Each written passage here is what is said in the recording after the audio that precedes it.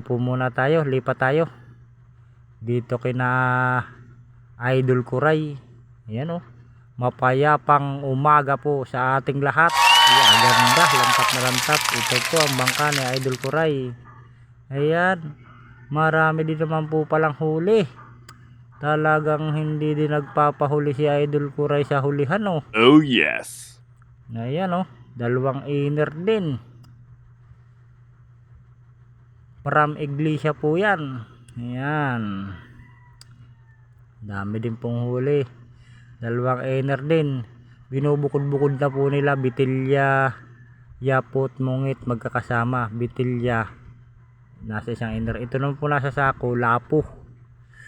Ayan, binubukod-bukod para pagdating ng budiga hindi na mahirap pagpipili. Ayan, ayun, mayroon pa po palang isa doon dumating sina Kuya Ito. Pupuntahan natin yun, sina Idol Ito. Pupuntahan natin yan, sina Idol Ito. Wait lang wait. Tingnan lang natin to. Kakaunti na tayo po nagbubuhat tayo para tayo magkaulam din ng sariwang isda. Masarap nga magsigang. Talaga namang para ganado. Ito naman po ang huli ni na Idol Ito. Puno na kaagad pagdating ko. Hindi ko na nakita kung gaano kagaganda, pero sa tingin ko napakagaganda na itong huli na ito. Yan si Idol Ito, yung nakadilaw.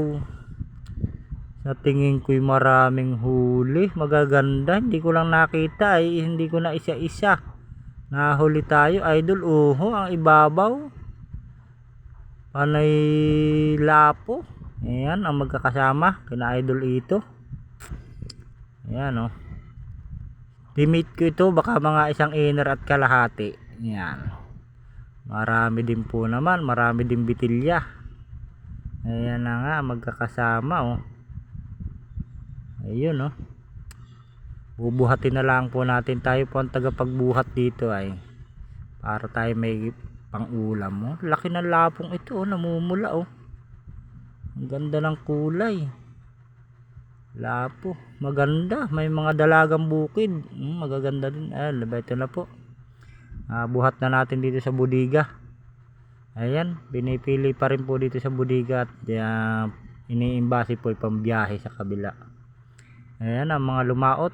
Ayan, ayun, ayan po sila. Ayan, maraming po salamat sa panonood. Sana po ay patuloy pa pong sumuporta kayo. Ayan, paki-like lang po ng ating video, comment na din po, pa-share, pa-follow na rin po ng aking page. Yun lang po.